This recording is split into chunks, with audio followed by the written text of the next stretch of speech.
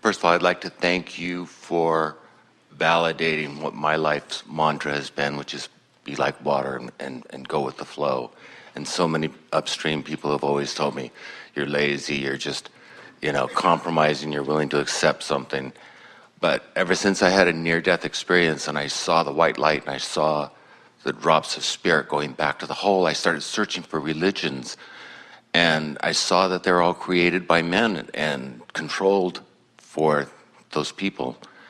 And now I look and I see religion and I see all of this strife and all of these justifications for inhumanity to each other.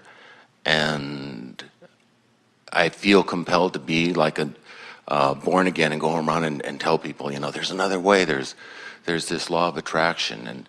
And in physics, having been like a amateur theologian, and which led me into quantum physics, looking for God, there's this new discovery as far as the string theory and the vibration, and everything's there, and it's all flowing, and it's all becoming more obvious, and I don't understand why people continue to let the dogma of their religions and all this ritual dictate their lives and justify them to be able to go do the things that they do under the name of their religion. Well, here's the most important thing that we want to lay as a basis for all of this. All of them want to feel good. All of them want to be good. And they're all making that effort in one way or another.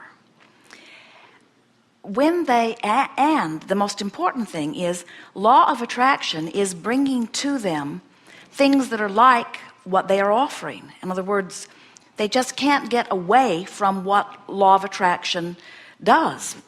What they think and what they feel and what manifests around them is always a vibrational match. So we want to give this to you softly, and we know you will hear it completely. In exactly the same way that you see them and it not working, and that upsets you, we want to say, why would you do that?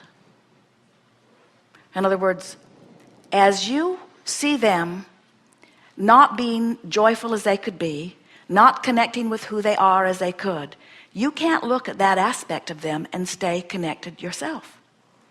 So as you look at the world and it saddens you, or it evokes this question, why do they not get it? You're not getting it either in that moment. So when you reach the place that you can say, oh, I now see from greater picture.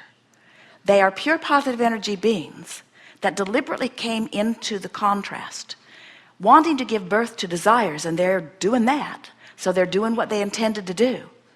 And some of us are now fixated on what's been born out of all of this life, and we're beginning to go with the flow and feel the rhythm of that.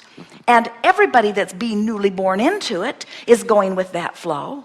And more are, by law of attraction, finding themselves at the right place at the right time to get another piece of it. So nothing's really wrong here at all. And we want you to really try to feel that for a little while, because we mean with every bit of sincerity that we can find in the heavens, if there were not a question, there could not be an answer. And if there were not a problem, there could not be a solution. And answers and solutions are evolution. So what you might say when you see someone struggling or warring or belligerently offering their version of life, what you might say is, oh yeah, I see what you're doing. You're step one part of the equation. You're in the weighing the contrast and sifting through the contrast. You're in the giving birth to the desires. And then in your mind's eye, just try to imagine what it is that they are giving birth to as they are flailing about in the discomfort of their life. And then you take the benefit of what they and others like them have given birth to and give that your undivided attention. And there will be a time not so far from now that you, like us, will thank them for their struggle. I look forward to that. we so want you to realize that out of all of that stuff that you think you don't want, out of the war and the struggle and the things you don't want, is a expanded, evolved, brighter, better world. And so as we look at your planet from our vantage point, we don't see it as broken, and we don't see it as going downhill. We see it as providing more expansion and more asking than ever before. And since we give that part of it our undivided attention, we don't suffer in their struggling. And we stand, as you will, calling others forward toward that. One last thing we want to say to you, and that is the mark of a really good teacher, and you are that, is understanding where his student is and not trying to express more than he is able to understand. You also teach not with words, but through the clarity of your example.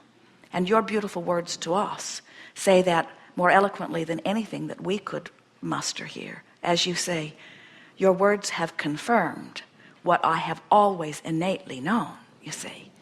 And they innately know it too. It's just buried a little deeper. Very good. Thank Good you. time for a segment of refreshment. We are complete.